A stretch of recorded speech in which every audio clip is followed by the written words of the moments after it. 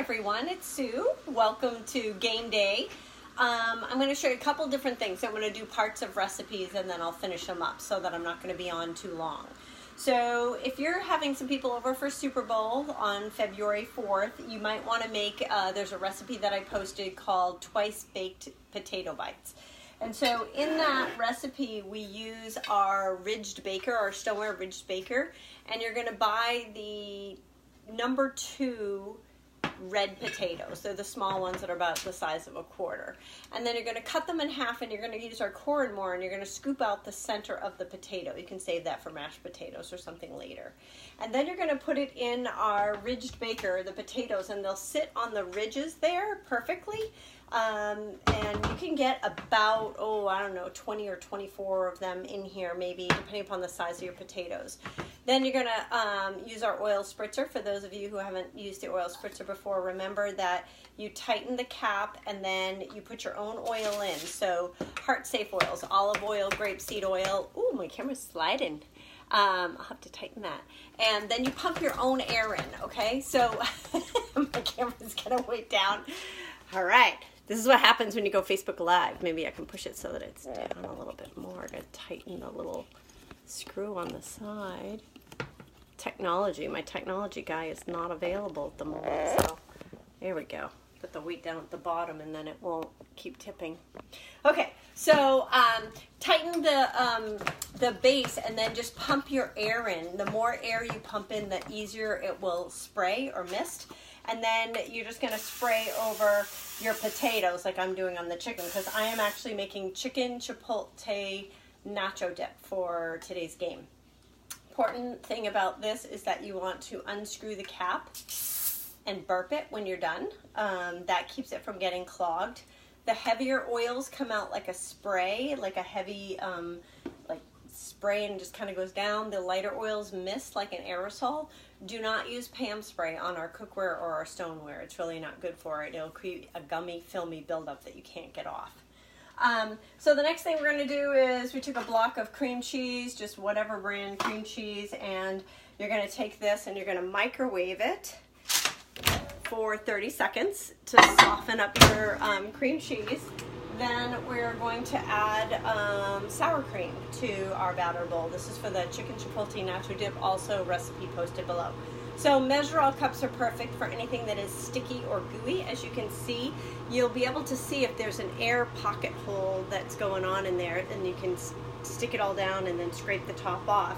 And then when it's full and your cream cheese comes out, we're just going to push the bottom up and it's going to dump the cream cheese into the batter bowl. And we have 3 sizes of this. We have a 2 cup, which I'm using right now.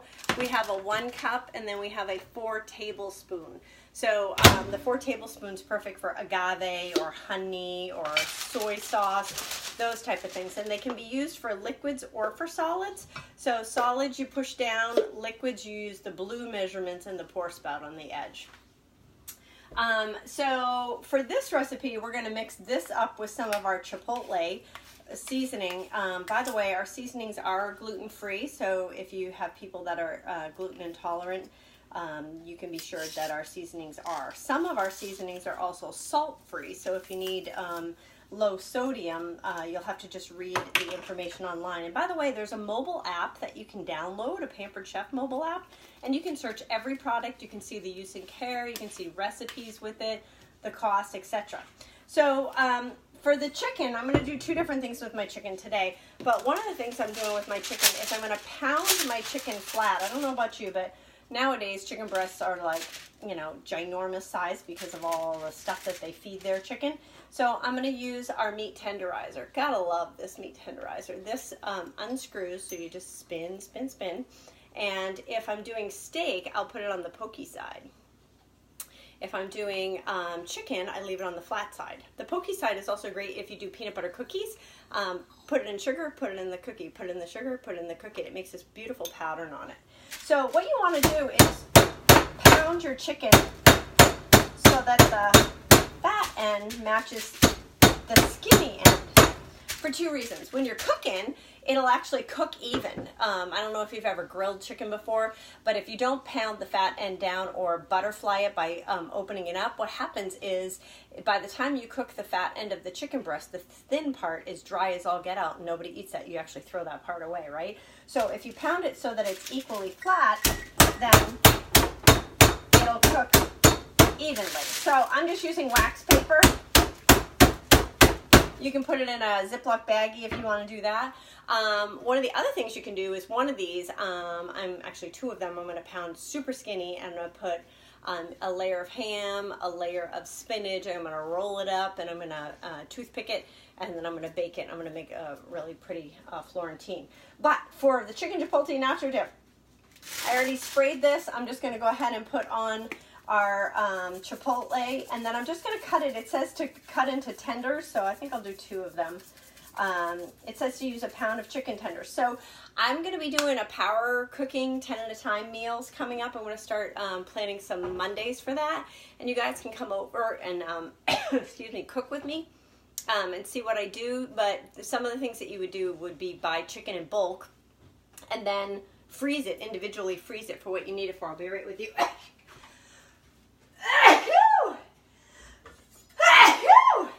Excuse me. Three of them. I usually sneeze in threes. It's the rub. So one of the things that you want to know is you just want to cut your chicken into tenders, and we're going to put it on our stoneware and we're going to cook it. And you'll see the recipe below. It's at 450 degrees for about 13 minutes. That's why I'm not going to do the whole thing, but I'll show you the end result. Then we're going to take green onions and cilantro. We're going to put it into our manual food processor, and we're going to dice that all up together. And when the chicken comes out of the oven, we're going to dice the chicken up with our salad choppers.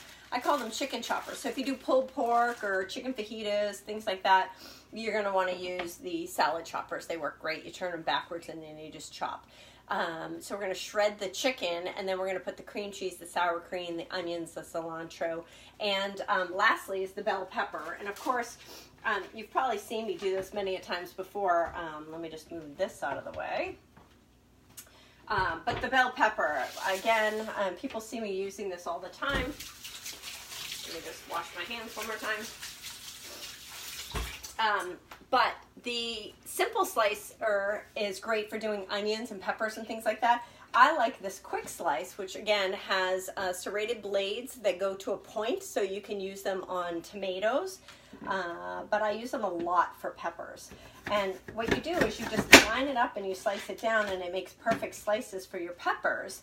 But then once you have your peppers cut into little strips, you can put them back on here and dice them so that you have perfectly cubed peppers, which I'm going to go ahead and put right into my cream cheese sour cream mixture.